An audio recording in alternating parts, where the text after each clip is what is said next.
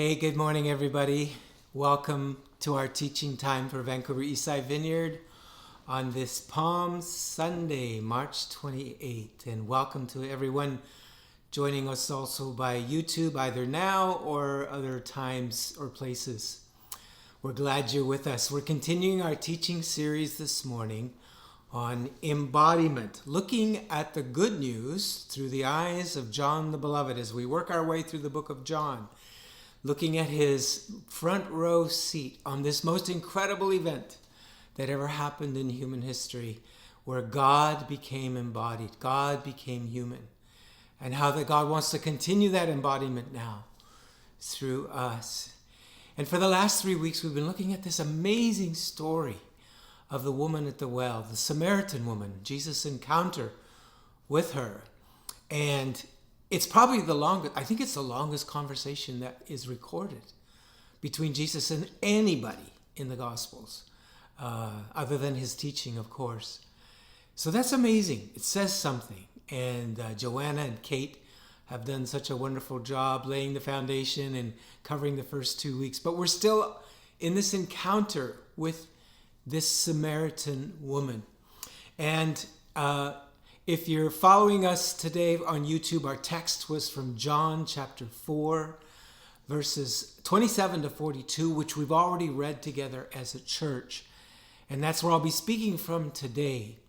And I want to start by asking you if you can think of a time in your life when you locked into something that was so intense. It gave you so much joy to do that it seemed like everything else went on hold. Your whole life went on hold. It's like, and I mean a good thing. It was this sense, I was so born for this.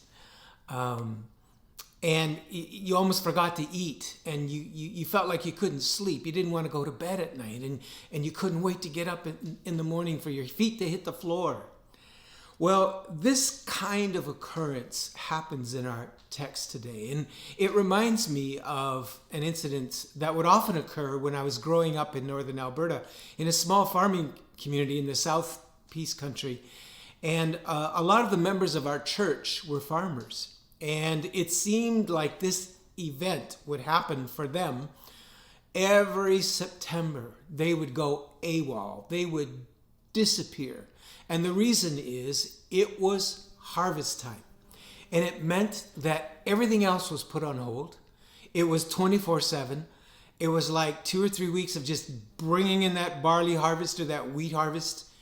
And their whole livelihood, they saw, their whole coming year, their Thanksgivings, their Christmases, were all dependent on these intense few weeks.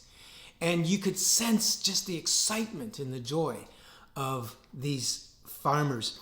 And this was kind of what happened in Jesus. And to give us context for this, let's remember that this whole story of this woman that he encountered at the well began with the statement by John where Jesus had been ministering in Jerusalem and then he'd moved to Judea, and he was taking the normal route that Jewish people would go back to Galilee where Jesus lived, but he does a head fake. It looks like he's going to do the Jewish thing, but then it says, John makes the statement, but he needed to go through Samaria. Well, that geographically just wasn't true. Jesus did. He was going up the Jordan Valley. It meets the Sea of Galilee. If you know your geography, he didn't need to go through Samaria. But there's something at a deeper level going on here. And of course, we know it wasn't geographical. It had to do with his mission. And our mission, of course, is to love well. We've summed that up as a church. And it was the mission of Jesus, that he lived out, modeled as an embodied person for his disciples, with his disciples. And so it was a shock already for them to just deliberately head through Samaritan territory. And I don't need to go through the history, but there was extreme racial, religious hostility, ancient. And these two groups, the Jewish people and the Samaritans, hated each other. And it was actually dangerous to pass through each other's territory, not unlike what's happening today with the Palestinians in Israel. And so there was this strange step, this strange statement that John makes. Why did Jesus need to go? Well, part of loving well, of course, is, as Richard Rohr says, to love God with all our heart is to love everything. And it starts with receiving God's unconditional love for ourselves. If you think about it, where do you have a greater opportunity to show unconditional love than towards yourself? Who knows you better than you know yourself? And man, have I ever been struggling with that lately. And there's a rise of irritation. And even this morning, we're in shock from a terrible mass killing or mass stabbing that's occurred on the North Shore. And people have died in a library area, in a shopping center on the North Shore. And there's such an increase of mental illness and irritation. And we're all, I think, being confronted with ourselves in the middle of this pandemic. And I know I am. I find myself increasingly irritated. And I don't know if it's because of aging, more aches and pains. I just seem to be more clumsy. I drop things. I forget things. I don't know if it's the pandemic that's confusing and disorienting and because of a lack of connection. But I sometimes hear myself saying things like, "You idiot, how could you forget that?" And I know it just grieves the heart of God for me even to say that. Sometimes I even say worse. It can't be said in a Christian sermon. And it just so breaks the heart of God when the Lord reminds me of how would I feel if I saw my child or my wife or my grandchildren saying that about themselves. And so loving ourselves is the first practice in unconditional love that is so important because we know ourselves better than anyone else except for God. But then that love, growing in love and loving well, extends to loving others. And it's the first category of loving others is loving our own, our family, people who are like us, people of similar race or religion, ethnicity. It's why we get so excited at the World Cup or at the Olympics. We get so patriotic cheering for our country. And that's healthy and that's good. It's not wrong to love your own. But love doesn't stop there. Love continues to loving the other, loving those who are not like us, people who are of a different race, that eat different kinds of food, that are, even our enemies can be included in the other. And that is also where we are called to love. And that is, all of these loves are interconnected. They're that unconditional love of God. And it's interconnected because when we struggle with hate towards the other, maybe it's homophobia or racism or whatever it is, we are actually hating parts of ourselves that are alienated and estranged. And so loving of the self and loving of the others is all interconnected. And Jesus knew this, and he knew this was so important. Do you realize that this occurrence in Samaria happened before he ever preached the Sermon on the Mount about loving your enemies? The disciples were actually watching a video, a live story and revealing of what that looked like before Jesus ever even talked about it.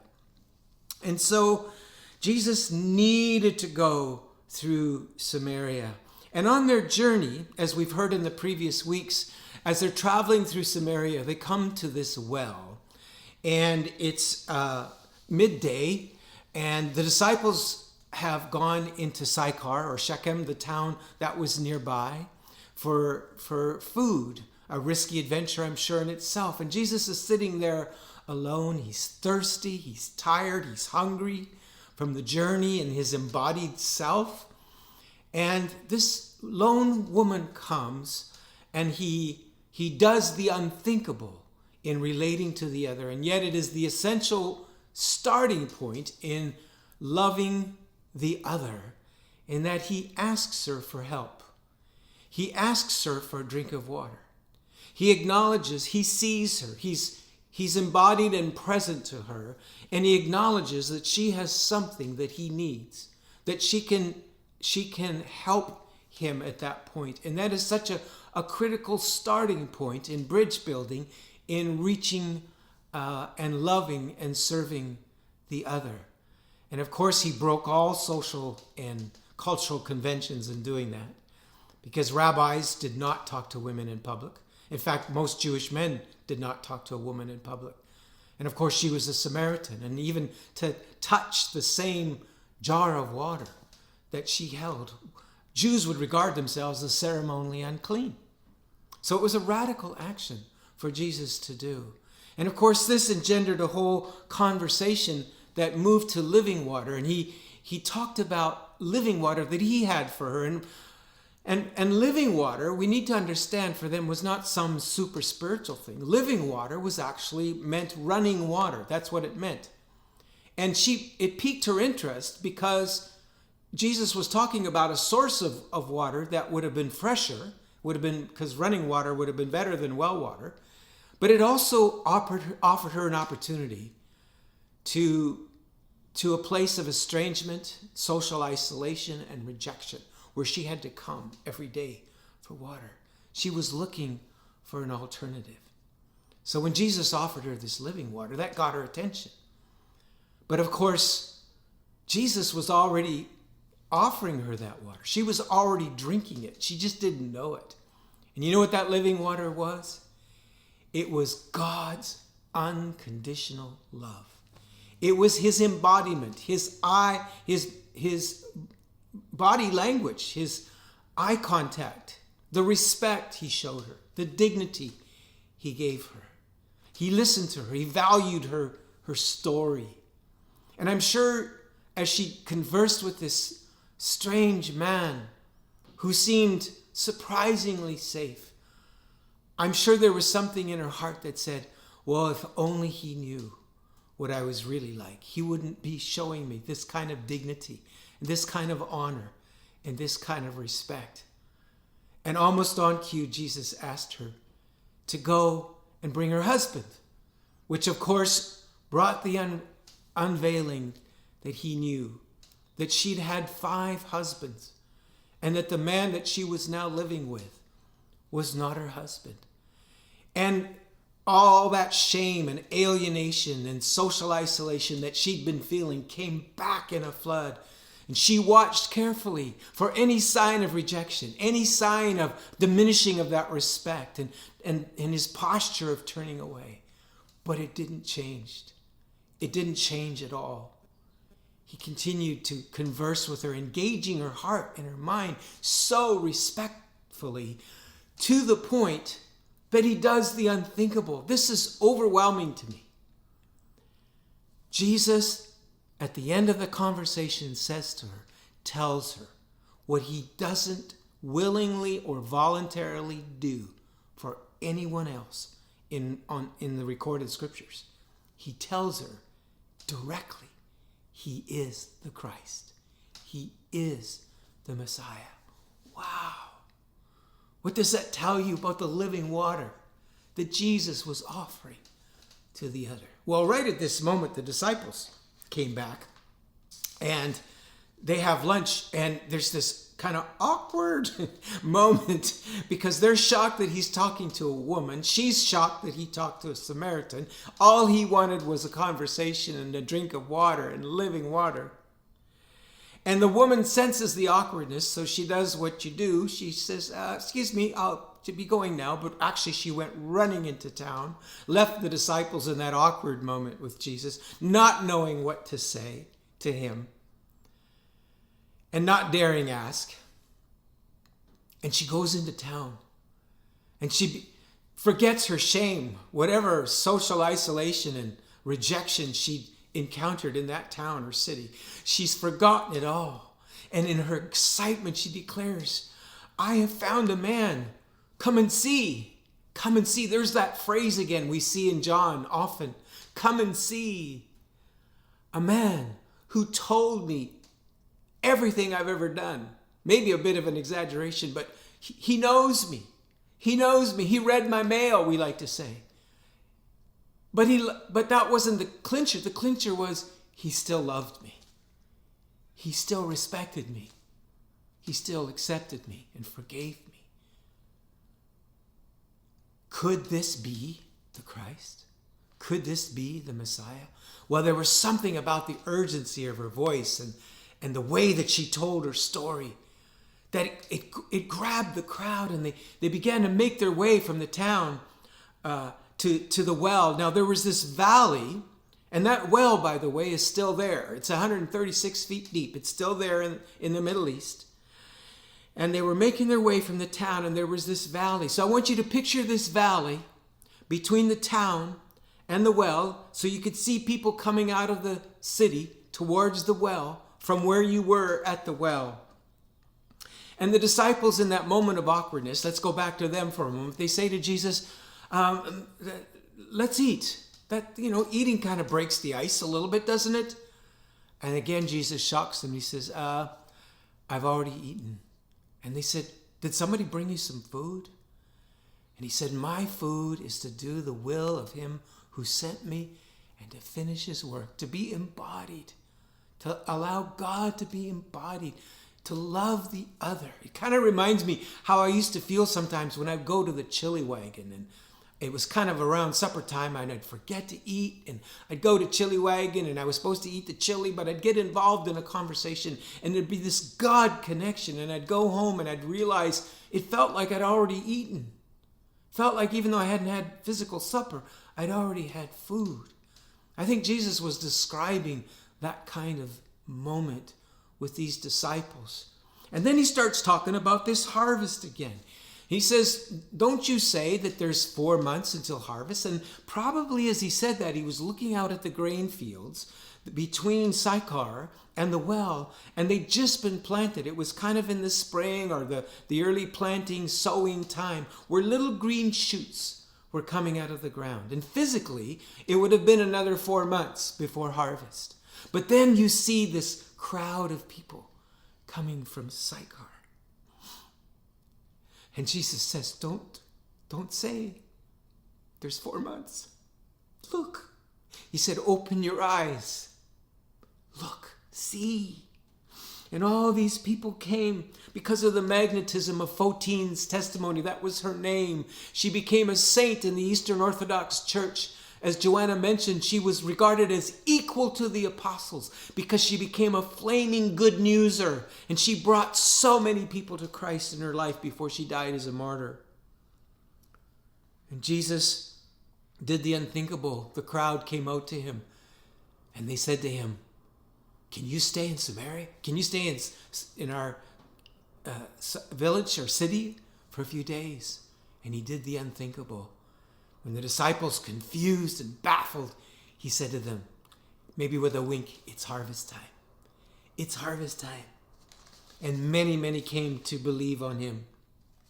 So let me again ask, when has there been a time like that in your life where it's been harvest time? What gives you so much joy and exhilaration that you feel like you don't want to eat or sleep? You're so excited. You say to yourself, I was born for this. As I was reflecting on this question, I was reminded of a time in Calgary, not long before we moved to Vancouver. Kathleen and I were at this church breakfast in the gymnasium of our church in Calgary, and everybody was sitting at tables of 8 or 10 and round tables, and this prophetic guy named Dick Mills, who has since passed away, who I deeply loved and respected, was getting tablesfuls of people to stand up, and he would actually prophesy over the whole table. And he was a kind of read your mail kind of prophetic guy. It was sometimes incredibly accurate. In fact, he's been very instrumental, the words that he's given me in giving me direction and hope and assurance and just the confidence to know that I'm walking in hearing God and following God. And this particular day, this morning, he was prophesying to different tables. And when he came to our table, he asked us all to stand. And Kathleen and I were with a group of 8 or 10 young adults at this round table. And they were all a group of people that had just recently traveled with us to England for a lot of street dramas and ministry. And they're a very artsy group. And there was people with colored hair and piercings, I think some tattoos, and They were, at that time, it was 1989, I think, or 88, somewhere around there. They were not the kind of people that fit into the conventional church at the time. And I remember Dick looking at us and he said, you are called as a people to make a place for those who feel they have no place. You are called to include people who don't feel included, who don't feel part of the church. That is your mission and that is your calling. Well, the cynical part of me said, well, look at us, Dick. It's not hard to figure that out. That doesn't sound that prophetic. But you know, that word just came and sunk. It just sank into my heart. And it just lodged there. And that shaped our coming to Vancouver. It shaped the forming of Vancouver Eastside Vineyard. Our founding pastors had that vision that we would be, because they were former hippies that found a church that loved them and didn't ask them to cut their hair and straighten out their life before they came in, quote unquote. And they wanted to carry that same vision in the planting of our church. And I've felt that joy of harvest at different times where we have tapped into that as a church. I know I felt it. The first week we went to Lower Post, we drove 2,000 kilometers by car. We spent a whole week and it was like a river of tears as we wept tears of repentance for the sins of racism and the sins of the residential school right there in Lower Post.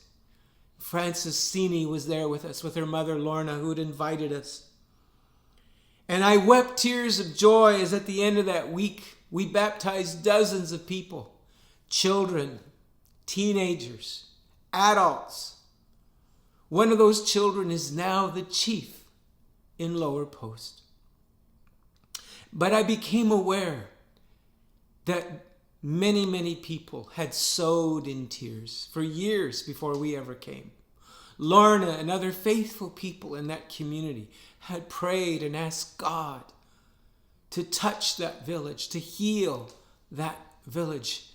And this was one of those experiences where the sower and the reaper were rejoicing together. And for me, the penny dropped. Here's the clincher. Because life is usually not about harvest. In this life, it's usually about sowing. In fact, harvest is not sustainable. You can't go many days without eating and sleeping, and it's going to burn you out. Most of our life is about sowing. But what Jesus said in this upside down kingdom is that the joy of the harvest and the joy of the sower comes together. It's a shared joy. And they rejoice together. And so I have felt this joy as a pastor. Whenever we've done community barbecues or parties in the park and we've had a chance to love people who would otherwise never darken the door of a church, I have felt it over and over at Chili Wagon. As I realized that faithful people like Gordy and Shannon and Dave and Dean and many others that faithfully did way more work than I ever did, I would come in and have these encounters and I'd get out my guitar and start to sing, I'm forgiven because you were forsaken. I'm accepted. You were condemned. I'm alive and well. Your spirit lives within me. Because you died and rose again, and in encounter after encounter with people like Bobby and others, we experienced together the joy of the sower and the reaper. We ate a meal that went far beyond the physical food.